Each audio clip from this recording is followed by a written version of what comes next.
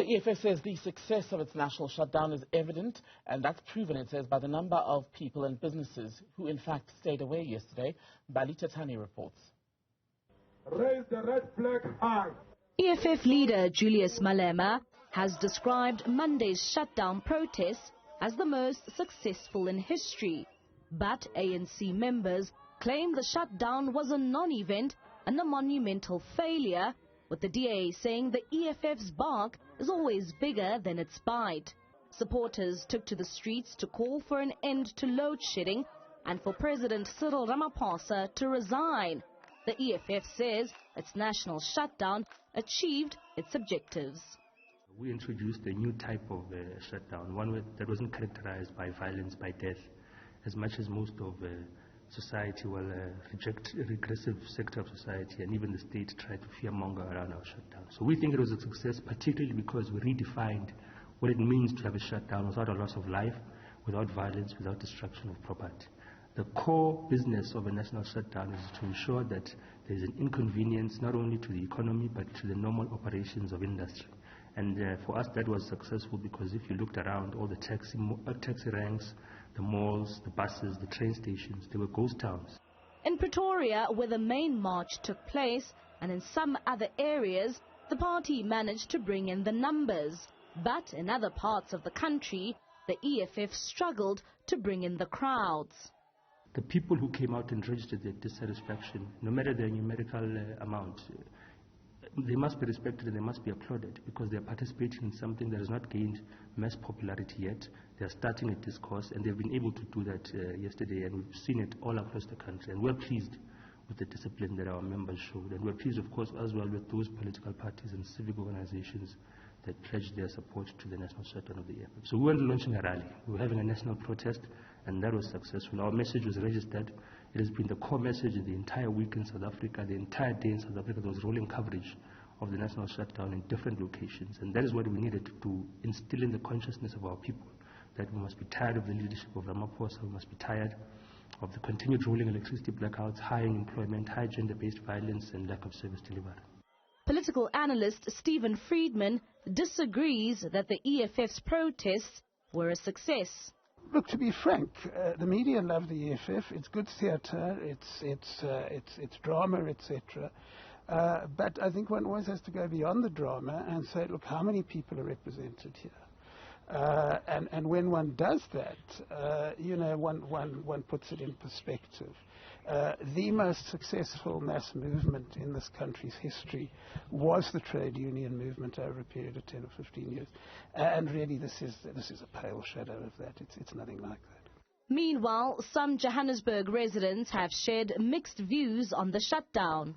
I think it was a waste of time because some businesses had to close for nothing, and some people did not make money.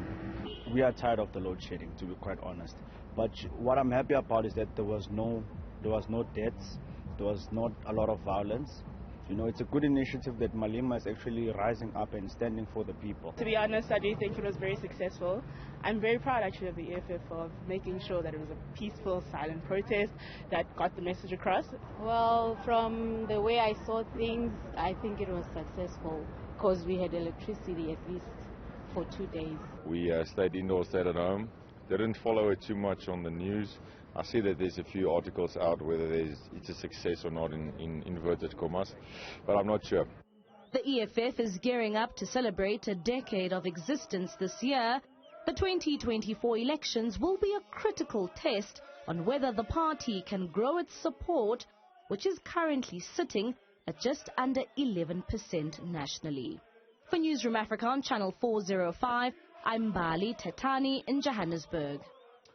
Let's talk more about this then. We're joined by former State Security Agency Domestic Head Advocate Mahlodi Moufhe, currently the country's ambassador, to South Sudan, joining us from Juba this evening. A very good evening to you, sir. Thank you for your time tonight.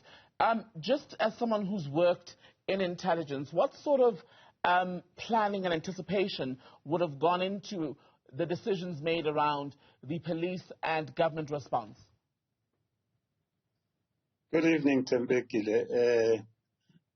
I think we must really thank our security cluster The planning was on point because their job really is to make sure that people's lives are protected, property protected, and I think this time around they did it exceedingly well.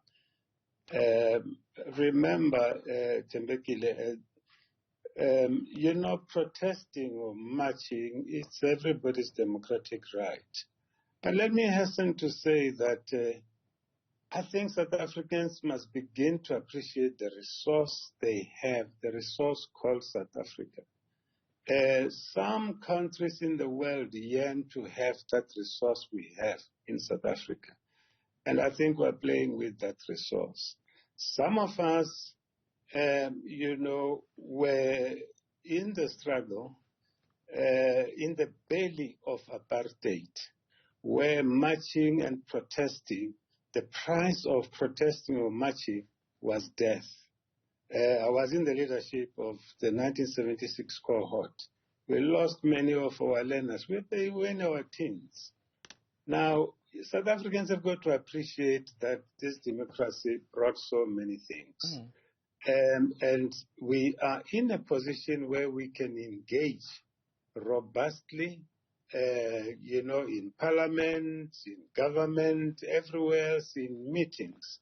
What purpose does it serve to go and close or want to close, shut down the economy of a democratic country, the economy which is basically reconstituting itself by and large, based even on the reasons that we all know? All countries in the world are suffering, trying to rebuild from the effects of the pandemic that we suffered. Now, I think it's really opportunistic to basically wake up every day and say, no, we're going to shut down.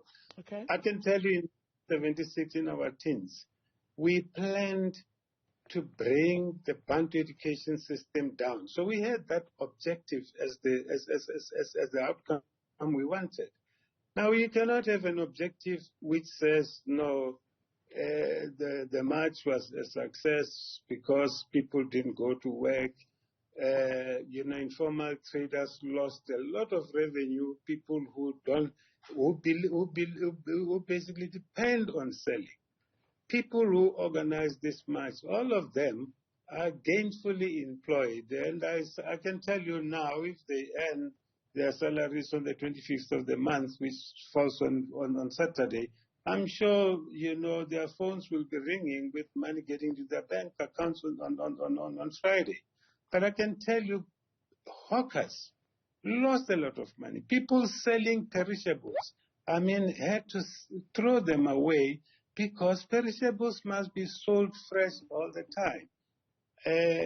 I hear you, sir.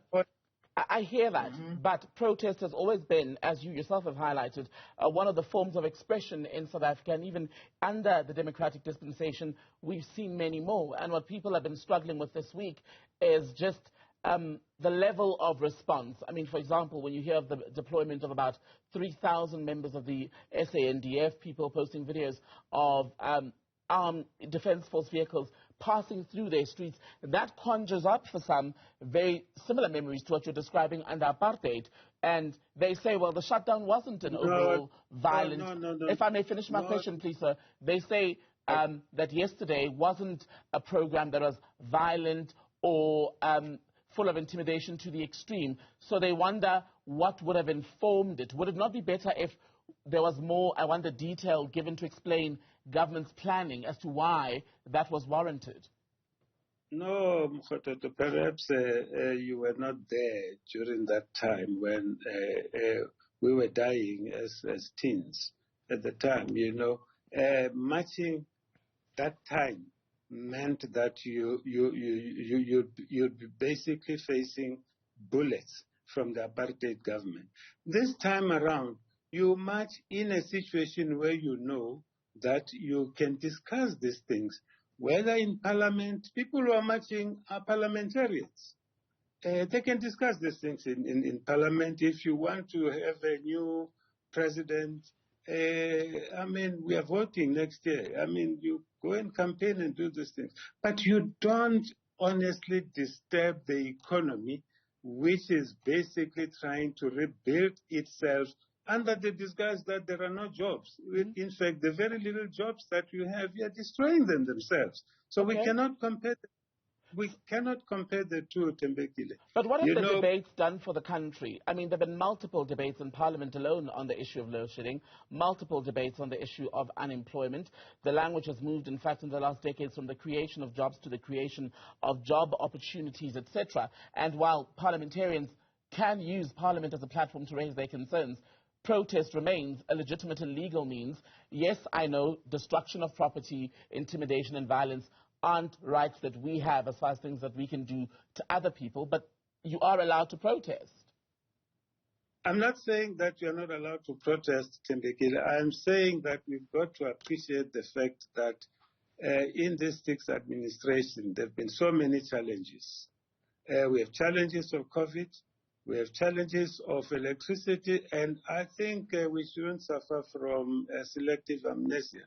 We know that as far back as early in the 2000s, and I think former President Thabo Mbeki can explain this better, because engineers had told us by then that if you do not invest, we'll be faced with rapid load shedding in years to come. We're faced with that. And it's something which we must put our hands together to resolve. Now, there's no ways in which you can say the shutdown yesterday, if indeed it was a shutdown, resulted in load shedding being abated. I'm sure as media houses, you follow the plans of government, even when the president said that we are putting the energy plan into action. By this time, things should be improving. The media houses are supposed to be the ones enlightening us, instead of saying that, oh, had it not been for the struggle yesterday, would be on load shedding. I mean, that's cheap thinking, really. There's just no ways in which that can happen. I mean, you should appreciate that in 2 months, as we finish, I suppose, I mean, Ndate Mpho was appointed as chairman of ESCOM, and he has worked there, by the way, and he's a professional in that field. We now have Dr. Ramukhup, a civil engineer, understanding all these things. I mean, he was a mayor in Tshwane. He understands these things, and we see him in action. And even the chairperson of ESCOM has told us that this is what will be happening. Now, why can't we allow those who are tasked to govern to deliver, instead of spending time trying to thwart their way of delivering? It's as if we are basically saying we don't want them to deliver so that perhaps we can be in. But I can tell you... Pardon me, sir, we just have a minute left. Is it not because so many in those positions, be it a new ESCOM board, a new ESCOM chairperson, a new minister, have come and gone with many of their promises to get the situation right unresolved? And I want to add another question to that, because we're almost out of time, and ask you just back on the reaction by law enforcement. Is it the use of the word shutdown that you think meant that this was outside of the normal level of protest and warranted perhaps a larger response, a stricter response? Let's put it differently, Tembekile. I'm sure you're one of those in 2021 who said the security cluster was caught off guard, napping and all sorts of things. This time around, it is on point. People's lives were secured, properties were secured. By the way, there were tires all over the show. I can tell you, I was a youth, Tembekile, in the struggle. I know that there were so many tires prepared, people wanting to burn. If it was not the clearest planning of the security cluster, many buildings would have been burnt. I can tell you that. I mean, I've had situations where up in Limpopo, people were sending me videos telling the clips of people basically telling people that they've got to be violent.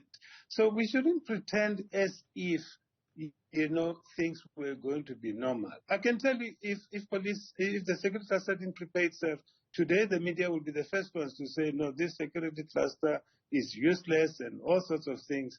Now we are game. But more than anything else, Temekile, as we celebrate Human Rights Day, I think let's cherish the rights that we have, appreciate that attendant to them. There are obligations. We've got a country to build. Let's try and build.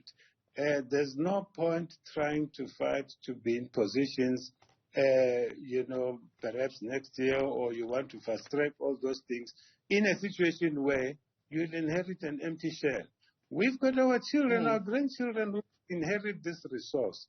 I think we hold it in trust for the future generations. Let us take care of South Africa and do what is best to build our country instead of grandstanding. Advocate Mahlodi Muofhe, good to speak to you. Thank you so much for your time.